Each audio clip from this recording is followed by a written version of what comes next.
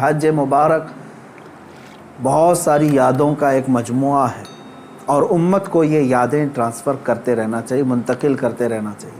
لوگ یہ سمجھتے ہوں گے کہ ہر عید، بقرعید پر، عید الاضحیٰ پر یہی ابراہیم و اسماعیل علیہ السلام کے قصے اور ان کے واقعات کیوں سنائے جاتے ہیں۔ میں کہتا ہوں مسلمانوں پر یہ واقعات سنانا واجب ہے، اخلاقی واجب ہے۔ اس کی وجہ یہی ہے کہ وہ اپنی آنے والی نسلوں کو یہ یادیں تازہ کرتے رہیں اور ان تک یہ تمام روایات اور سنتیں نقل کرتے رہیں۔ ہمارے دین کا سب سے بڑا خاصہ یہی ہے کہ یہ تواتر سے چلا ہے۔ ہمارا دین جو ہے سینہ بسینہ اور سلسلہ بسلسلہ چلتا ہوا آیا ہے۔ اس لیے ہم سب کو چاہیے کہ ان ایام میں اپنے اپنے اولاد کو، اپنی نسلوں کو ان کی یادیں بتائیں اور یہ تمام واقعات بتائیں کہ کیا ہوئے تھے۔ میں تفصیل میں نہ جاتے ہوئے آج کے دن کا ایک عظیم پیغام آپ سب تک پیش کرنا چاہوں گا۔ بقرعید میں ویسے تو تفصیلی جو واقعہ ہے وہ یوں ہے، اس کا میں اجمال بتا کر کے اپنا میسج دینا چاہتا ہوں۔ سیدنا ابراہیم خلیل اللہ علیہ الصلوۃ والتسلیم اللہ تعالیٰ کے ایک نبی ہیں، برگزیدہ پیغمبر، ایسے جلیل القدر نبی کہ انبیاء کرام علیہ السلام 1,24,000 کم و بیش نبیوں میں حضور اکرم صلی اللہ تعالیٰ علیہ وسلم کے بعد جو سب سے بڑا مرتبہ ہے وہ حضرت ابراہیم علیہ السلام کا ہے۔ حضور صلی اللہ علیہ وسلم کے بعد جو سب سے بڑا مقام ہے وہ حضرت ابراہیم علیہ السلام کا۔ سیدنا ابراہیم علیہ الصلوۃ والتسلیم کی اولاد نہیں تھی۔ آپ نے تقریباً 90 سال عمر پائی اس وقت تک، بلکہ آپ کی عمر اس سے بھی زیادہ ہوئی۔ جب آپ کی عمر پاک 90 سال تک ہوئی تب تک کوئی اولاد نہیں تھی۔ آپ کی زوجہ ایک حضرت سارہ ہیں اور دوسری حضرت ہاجرہ ہیں۔ پھر روایات یہ بتاتی ہیں کہ 100 سال کی عمر ہو گئی لیکن حضرت ابراہیم علیہ السلام نے دعا کرنا نہیں چھوڑا تھا۔ یہاں سے یہ پتہ چلتا ہے کہ بندہ مایوس نہ ہو۔ ویسے تو 70 سال 80 سال مرد کے ہو جائیں تو وہ اپنی اولاد ہونے سے مایوس ہو جاتا ہے کہ اب میری عمر نہیں رہ گئی، لیکن وہ خلاق کائنات جسے چاہے عطا کرے۔ جب وہ حضرت مریم کو شوہر کے بغیر ان کو بیٹا دے سکتا ہے اور حضرت صالح علیہ السلام کی پتھر سے اونٹنی پیدا کر سکتا ہے، تو وہ پھر مولا تعالیٰ 90 سال کیا 100 سال کے بعد بھی چاہے تو اولاد عطا کر سکتا ہے۔ دعا کرنا ترک نہ کریں۔ حضرت ابراہیم علیہ السلام کی دعا قرآن پاک میں موجود ہے۔ آپ یہی دعا کرتے تھے، رب ہب لی من الصالحین، اے اللہ مجھے صالح اولاد عطا فرما، صالحین میں سے مجھے نسل عطا فرما۔ حضرت ابراہیم علیہ الصلوۃ والتسلیم کی اس دعا کو قرآن پاک میں بھی آپ تلاوت میں پائیں گے۔ حضرت ابراہیم علیہ الصلوۃ والتسلیم کی اس دعا کو اللہ تبارک و تعالیٰ نے قبول فرمایا اور پھر اللہ تعالیٰ نے ارشاد فرمایا کہ ہم تمہیں ایک بیٹا عطا کرتے ہیں۔ وہ کیسے معاملات ہوئے یہ بھی دیکھیے۔ حضرت ہاجرہ حضرت ابراہیم علیہ السلام کی اہلیہ، وہ گھر میں موجود ہیں، کچھ فرشتے آئے اور فرشتوں نے آ کر کے بشارت دی کہ اللہ تبارک و تعالیٰ تمہیں بیٹے سے نوازنے والا ہے۔ تو کہنے لگی کہ میں اتنی بوڑھی ہو گئی ہوں، ان کی خود کی عمر 90 سال کے اوپر کی تھی، کہا اتنی بوڑھی ہو گئی ہوں، کیا مجھے بچہ ہو سکتا ہے؟ فرشتوں نے کہا ہاں، اللہ تبارک و تعالیٰ جو غالب حکمت والا ہے وہ چاہے تو ہو سکتا ہے۔ تو پھر اللہ تبارک و تعالیٰ نے یہ بشارت دی اور بڑھاپے میں حضرت ابراہیم علیہ السلام کو بیٹے کی بشارت سے نوازا اور اس کے بعد حضرت اسماعیل علیہ السلام کی ولادت ہوئی۔ چند دنوں کے بعد، چند سالوں کے بعد حضرت سارہ سے حضرت ابراہیم علیہ السلام کو دوسرے بیٹے بھی ہوئے، حضرت اسحاق علیہ السلام، یعنی اسی عمر میں۔ اور یہ وہ لوگ ہیں، یہ 2 بیٹے ایسی عمر میں ہوئے۔ اب یہاں بتاتا ہوں میں آپ کو صبر کا اور استقامت کا پھل کتنا عظیم ہوتا ہے۔ 100 سال تک ابراہیم علیہ السلام صبر کرتے رہے اولاد کو، اور اس کے بعد اللہ نے اولاد دیا، 2 بیٹے دیے، ایک اسماعیل علیہ السلام اور دوسرے اسحاق علیہ السلام۔ ان دونوں نبیوں کے بارے میں اگر میں آپ کو بتاؤں، اسحاق علیہ السلام وہ نبی ہیں حضرت ابراہیم علیہ السلام کے وہ بیٹے ہیں جن کو اللہ نے نبی بھی بنایا، اور ان کی نسل میں 30,000 سے زیادہ نبی پیدا کیے تقریباً۔ بنی اسرائیل پوری نسل جو ہے وہ اسحاق علیہ السلام کی نسل ہے۔ اسحاق علیہ السلام کے بیٹے یعقوب علیہ السلام، یعقوب علیہ السلام کے بیٹے یوسف علیہ السلام، یہاں سے پوری بنی اسرائیل چلی، اس میں ہزاروں نبی آئے۔ ابراہیم علیہ السلام کو ایک بیٹے اسحاق علیہ السلام کی نسل میں سارے نبی عطا کیے، اور دوسرا بیٹا جو اسماعیل علیہ السلام عطا کیے، ان کی نسل میں تو سید الانبیاء حضور صلی اللہ علیہ وسلم آتا ہے، محمد الرسول اللہ صلی اللہ علیہ وسلم علیہ افضل التحیت و اکمل التسلیمات۔ تو یہ حضرت ابراہیم علیہ السلام کی دعا کا نتیجہ تھا، اور صبر اور استقامت کا۔ آج جو مجھے پیغام دینا تھا وہ یہی ہے۔ میں نے آیت کریمہ بھی خطبے میں یہی پڑھی۔ بے شک وہ لوگ جنہوں نے یہ کہا اللہ ہمارا رب ہے، ان الذین قالوا ربنا اللہ، بے شک وہ لوگ جنہوں نے کہا اللہ ہمارا رب ہے، ثم استقاموا، پھر اس پر جم گئے، یہ ہے استقامت۔ استقامت کہتے ہیں ڈٹے رہنا، جمے رہنا۔ اب اس کے متعلق جو قرآن کہتا ہے تتنزل علیہم الملائکہ، ان پر اللہ تعالیٰ فرشتے اتارتا ہے۔ کیا کہتے ہوئے آتے ہیں فرشتے؟ اللہ تخافوا ولا تحزنوا، گھبراؤ مت، ڈرو مت، ہم تمہیں وہ بشارت دینے آئے ہیں جس جنت کا اللہ نے تم سے وعدہ کیا ہے۔ تھوڑے دن اور باقی رہو، تھوڑے دن اور جمے رہو، اور ڈٹے رہو۔ یہ استقامت کرتا ہے بندہ، استقامت پر فائز ہوتا ہے تو فرشتے اس کی مدد کے لیے اترتے ہیں۔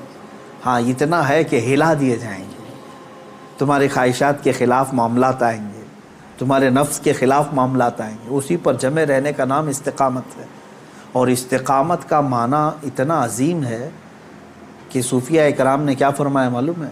الاستقامت فوق الکرامت، عربی میں فرمایا استقامت جو ہے یہ کرامت سے بھی بڑھ کر کے ہے۔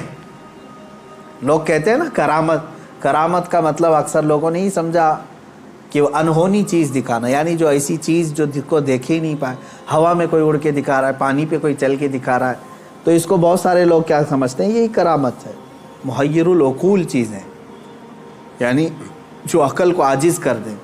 اور فرمایا گیا ان کرامتوں سے سب سے بڑھ کر کے استقامت ہے، یعنی شریعت پر جمے رہنا، ڈٹے رہنا۔ میں اس پر آتا ہوں، حضرت ابراہیم علیہ السلام کے اس واقعے کو میں مختصر کرتا ہوں۔ بیٹا ہوا، 100 سال تک صبر کرنے کے بعد پھر اللہ تبارک و تعالیٰ نے امتحانات ایسے لیے کہ ابراہیم علیہ السلام کو ترک وطن کرنا پڑا ہے، یعنی آپ کا شہر جو ہے بابل تھا، عراق۔ واقعہ تفصیل سے آپ کو پھر کبھی، وہاں آپ کو ہجرت کرنا پڑا، وہاں سے وطن چھوڑ دیا آپ نے، آپ کو جان کی بازی بھی لگانی پڑی، آگ میں آپ کو ڈالا گیا ہے، جان کے ساتھ بھی آپ کا امتحان ہوا، اس میں بھی آپ استقامت پر تھے۔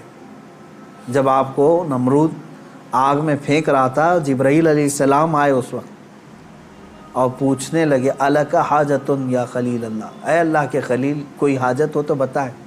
تو حضرت ابراہیم علیہ السلام آگ میں پھینکے جا رہے ہیں، اس وقت بھی کیا کہتے ہیں؟ ہاں ہے حاجت لیکن اللہ سے ہے، میرا مولا میرے ساتھ ہے۔ یہ استقامت اور توکل کا اعلیٰ درجہ۔ تیسرا جو ہوا آپ کے ساتھ وہ اولاد، اور آپ کو یہ بھی میں بتا دوں کہ اب اولاد دیا اللہ تعالیٰ نے، پھر حکم یہ فرمایا، خواب میں حضرت ابراہیم علیہ السلام کو یہ کہا گیا کہ آپ اپنے بیٹے کی قربانی دیں اللہ کی بارگاہ۔ لیکن ابراہیم علیہ السلام نے خواب میں دیکھا تو اس کے بدلے میں آپ نے جانتے ہیں تقریباً آپ نے 100 اونٹوں کو ذبح کر دیا، اونٹ ذبح کیے۔ شاید اس خواب کی تعبیر یہ ہو۔ دوسرے دن پھر خواب وہی آیا، پھر آپ نے ذبح کیے۔ تیسرے دن پھر خواب آیا، تب آپ نے یقین کے ساتھ یہ فرمایا کہ مجھے میرے بیٹے اسماعیل کی ہی قربانی کا حکم دیا جا رہا ہے۔ پھر حضرت ابراہیم علیہ السلام، یعنی اونٹوں کے ذبح کرنے میں مال بھی تو کتنا قربان ہوا۔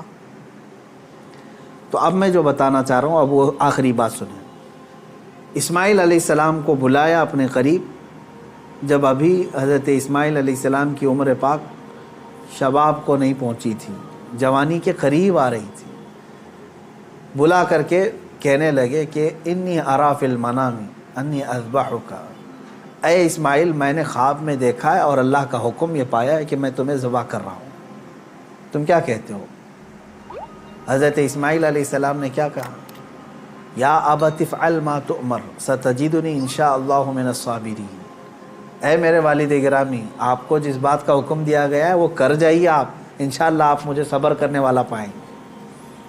اسماعیل علیہ السلام بیٹے کو کوئی یہ کہے، اب یہ اسی کے لیے شاعر نے یہ کہا ہے، یہ مکتب کی کرامت تھی کہ فیضان نبوت تھا، سکھائے کس نے اسماعیل کو آداب فرزندی۔ ہاں بہرحال اب جو معاملہ پیش آیا وہ پتہ ہے آپ کو، حضرت اسماعیل علیہ السلام کو لے گئے مینا میں، وہ جگہ آج بھی باقی ہے جہاں حجر اسماعیل کہہ کر کے ایک پتھر رکھا گیا ہے، وہاں پر اسماعیل علیہ السلام کو لٹایا گیا۔ ابراہیم علیہ السلام نے اپنی آنکھوں پر پٹی باندھ دی، ان کے ہاتھ پیر کو باندھ دیا، اور اس کے بعد تیز چاقو سے ان کے گردن پر چھری چلائی، لیکن چھری نہ چلی۔ روایات یہ بتاتی ہیں کہ آپ نے اس چھری کو پتھر پر مارا، پتھر دو ٹکڑے ہو گیا، کٹ گیا، لیکن نرم و نازک گلا نہیں کٹا، 2 مرتبہ نہیں کٹا۔ تیسری مرتبہ آپ نے زور سے چلایا تو کٹ گیا مگر گلا نہیں۔ اللہ تبارک و تعالیٰ کے حکم سے جبرائیل علیہ السلام ایک دمبا جنت سے لے آئے اور اسماعیل علیہ السلام کو وہاں سے ہٹا کر کے دمبا رکھا، دمبا ذبح ہو گیا۔ اسماعیل علیہ السلام کھڑے رہے۔ ابراہیم علیہ السلام جب ذبح کر چکے تو اپنی آنکھوں سے پٹی ہٹا کر کے آپ اللہ کا شکر ادا کر رہے تھے کہ اے مولا تیرا جو حکم تھا وہ میں نے مکمل کر دیا۔ تو جب آپ نے پٹی ہٹا کر کے دیکھی تو بکرا ذبح ہے اور اسماعیل علیہ السلام سلامت ہے، تو رب تبارک و تعالیٰ نے یوں ارشاد فرمایا، قد صدقت الرؤیا یا ابراہیم، اے ابراہیم تو نے ہمارے بتائے ہوئے خواب کو سچ کر دکھایا۔ وَنَادَيْنَاهُ بِذِبْحٍ عَظِيمٍ، ہم نے اسماعیل کو ذبح عظیم کے نام سے پکارا۔ اللہ تعالیٰ نے فرمایا، اللہ تبارک و تعالیٰ یہ امتحان لے رہا تھا۔ یہ انبیاء اکرام علیہم الصلاۃ و تسلیم کے ساتھ ہے، ایسا نہیں ہے کہ سارے لوگ یہ کر پائیں گے۔ وہ اس درجے کے ایمان والے تھے، ان کو اسی انداز سے امتحان لیا گیا۔ اب جو بات 2 چیزیں عرض کرنی ہے، پہلی بات تو یہ ہے کہ بعض مفسرین نے اور عاشقان رسول نے اس میں پیارا نقطہ یہ بیان فرمایا، گلا نہ کٹنا، ذبح نہ ہونا کیا وجہ تھی؟ تو فرمایا گیا اس لیے کہ اسماعیل علیہ السلام کی پیشانی میں نور محمدی تھا۔ حضور اکرم صلی اللہ تعالیٰ علیہ وسلم کا نور پاک تھا، انہی کی نسل میں حضور تشریف لائے، ابھی دنیا میں نور محمدی کو آنا تھا۔ اب بعض مفسرین اس بات پر ہی نہیں رکتے بلکہ ان تمام چیزوں کو اوپر تک لے جاتے ہیں۔ ابراہیم علیہ السلام کو آگ نے نہیں جلایا، وہاں پہ بھی نور محمدی ان کے پیشانی میں تھا۔ نوح علیہ السلام کی کشتی غرق نہیں ہوئی اس لیے کہ نوح علیہ السلام کی پیشانی میں بھی نور محمدی تھا۔ بہرحال دوسری بات میں جو بتانا چاہ رہا ہوں وہ 4 چیزیں تھیں۔ ابراہیم علیہ السلام کا وطن سے ہجرت کرنا، ان کا آگ میں ڈالا جانا، اور ان کا جانوروں کو ذبح کرنا، پھر چوتھے نمبر پر اولاد۔ کوئی بھی انسان اپنی زندگی میں 4 چیزوں سے بے انتہا محبت کرتا ہے، 4 چیزیں اس کی بہت محبوب ہوتی ہیں۔ پہلی چیز اس کا وطن، جہاں پر پیدا ہوا، جہاں رہ رہا ہے، اس سے وہ محبت کرتا ہے۔ دوسری چیز وہ اپنے مال سے محبت کرتا ہے۔ تیسری چیز وہ اپنی اولاد سے محبت کرتا ہے۔ چوتھی چیز وہ اپنی جان سے محبت کرتا ہے۔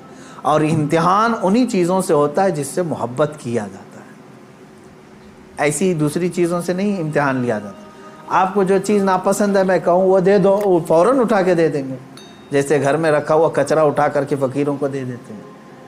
ہاں امتحان تو اس وقت ہوگا جو اپنے مزے کی اور پسندیدہ چیز آپ بنا رہے تھے اور پھر آپ کو کہا گیا اس میں سے دے دو، تب مشکل ہو جاتا ہے۔ ہاں جو دے دیا اور پھر وہ امتحان میں کامیاب ہوا، اپنی پسندیدہ چیز۔ ابراہیم علیہ السلام سے جو امتحانات لیے گئے وہ 4 محبوب چیزوں سے امتحان لیے گئے، اور اب 4 امتحانات میں ثابت قدم رہے۔ آپ نے وطن بھی ترک کیا، جان بھی جوخم میں ڈالی، اولاد بھی اور اپنا مال بھی۔ پھر اللہ تبارک و تعالیٰ نے اس عظیم مقام پر آپ کو فائز فرمایا جو حضرت ابراہیم علیہ السلام کو آج بھی کیا لقب ہے معلوم؟ ابو الانبیاء کہا جاتا ہے۔ ابو الانبیاء یعنی نبیوں کے باپ ہیں۔ اب عزیزان گرامی، ان واقعات میں میرے سنانے کا مقصد یہ تھا کہ ہمارے بچوں تک یہ واقعہ پہنچ جائے تفصیل سے، پھر آپ اپنے گھروں میں اپنی اولاد کو سنائیں ضرور۔ لیکن اس پورے واقعے سے ایک جو جذبہ ملتا ہے وہ ہے استقامت کا۔